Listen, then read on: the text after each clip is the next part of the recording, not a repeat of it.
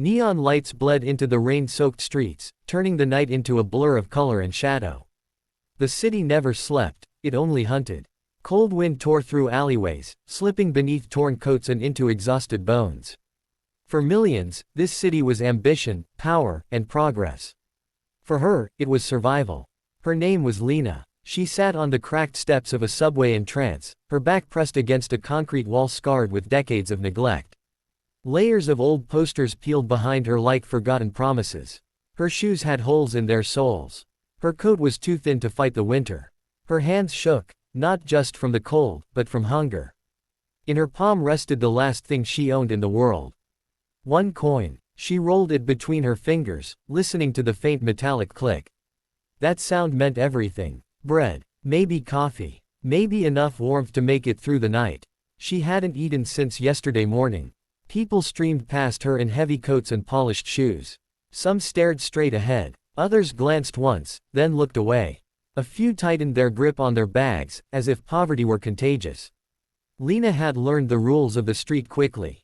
Don't beg too hard. Don't hope too much. And never expect kindness. Hope was expensive here. Then she noticed him. A man stood a few feet away beneath a flickering lamppost. He wasn't rushing. He wasn't on his phone.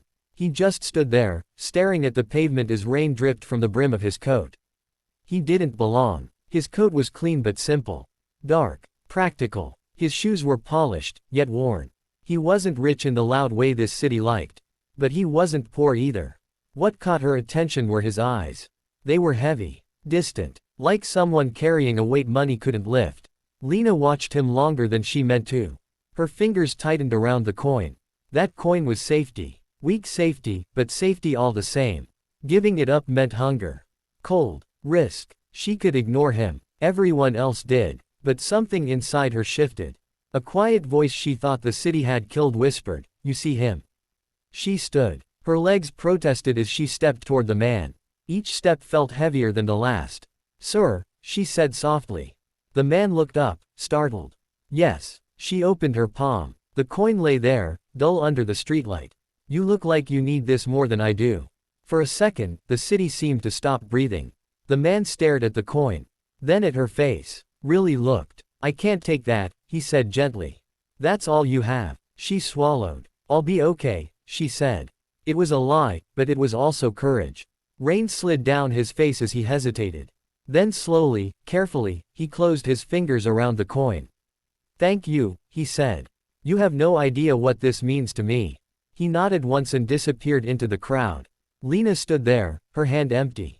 She didn't feel brave. She didn't feel proud. She felt afraid. That night, she slept beneath a bridge, wrapped in cardboard, listening to the river churn below.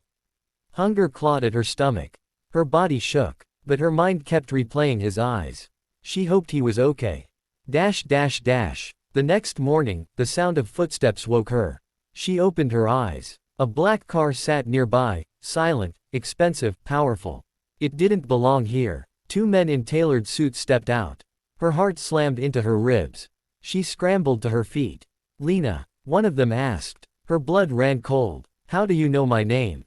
She whispered. "We're here because of last night," the man said calmly. "Please don't be afraid." Before she could respond, the back door opened. The man from the lamppost stepped out. Clean coat. Calm eyes. But now, people moved differently around him. Respectfully. Carefully. "It's you," she breathed. "Yes," he said. "I was hoping you'd still be here." "What's happening?" she asked. "May I sit?" he said. She nodded. He sat on a bench nearby. "My name is David Hale," he said. "Last night, you gave me something far more valuable than money." She frowned. "I gave you a coin." He smiled slightly. "You gave me faith." He exhaled slowly. "I am the CEO of Hale Industries," he continued.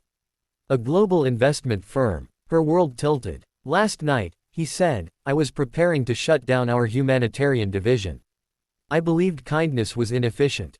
Unnecessary." He looked at her. "Then you gave me your last coin." Silence hung between them. "I've lived surrounded by wealth," he said quietly. "And yet, I've never felt poorer than I did in that moment." He stood. "I want to offer you a job." She laughed in disbelief. "I don't even have a resume." "You have integrity," he replied. "That's rarer." Tears blurred her vision. I don't want charity, she said. Neither do I, he answered. I want partnership. 3 months later, Lena stood in an office overlooking the city skyline. Glass. Steel. Light. She wore a clean jacket. Her hands no longer shook. She still felt out of place, but she was learning. She worked in the company's outreach division, identifying families in crisis. People the system ignored. She was good at it. Because she understood. One afternoon, she found a framed coin on her desk. A note rested beside it. Kindness is never small. David. Years passed. The program expanded globally: education, shelter, food security. Lena became its director. She never forgot where she started. And David never forgot that one coin. Because sometimes, the smallest act of kindness doesn't just change a life. It changes a heart, a company, and the future.